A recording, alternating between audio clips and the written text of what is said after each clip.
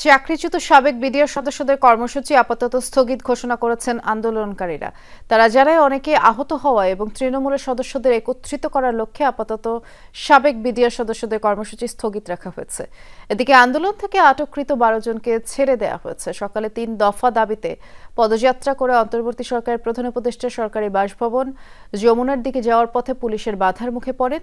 তাদের ছত্রভঙ্গ করতে জলকামান ও সাউন্ড গ্রেনেড ব্যবহার করে পুলিশ। এতে পুলিশ সদস্য সহ কয়েকজন বিডিআর সদস্য আহত হয়েছেন। এ সময় ব্যারিকেড ভাঙার চেষ্টা করলে তাদের ছত্রভঙ্গ করতে জলকামান ও সাউন্ড গ্রেনেড ছুড়ে পুলিশ। পরে মৎস্য ভবন মোড়, কাকরাইল আশপাশে ছত্রভঙ্গ হয়ে যায় আন্দোলনকারীরা। পুলিশ সদস্য সহ কয়েকজন চাকরিচ্যুত বিডিআর সদস্য আহত হন। বারবার সময় দেওয়া হলো তারা সড়ক ছেড়ে যায়নি, তাই কিছুটা বল প্রয়োগ করে সরিয়ে দেওয়া হচ্ছে তাদের, এমনটি বলেছে পুলিশ।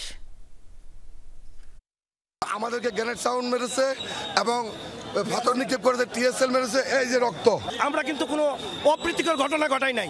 সাংবিধানিকভাবে দাবি আদায়ের জন্য আসছি। 10 মিনিট সময়ও দিয়েছি যে ঠিক আছে 10 মিনিট সময় দিলাম, এর মধ্যে না গেলে কিন্তু আমরা অবৈধ জনতা ঘোষণা করবো। তো ওরা আসলে কোনোভাবে শুনবে না, ওরা শেষ পর্যন্ত থাকবে। তো এরপরে যেটা হয় আমরা ডিসপার্স করার জন্য যেটা করার দরকার, ওরার কারণ বা ওই যে সাথে বোম যেটা ওই যে সাউন্ড গ্রেনেড এটা মারা হয়েছে। এরপরে আমরা পুশ করে কিন্তু হার্ড লাইনে যাই না, আমরা কিন্তু আস্তে আস্তে ঠেলে তাদেরকে সরাইছি। এখন রাস্তা ক্লিয়ার।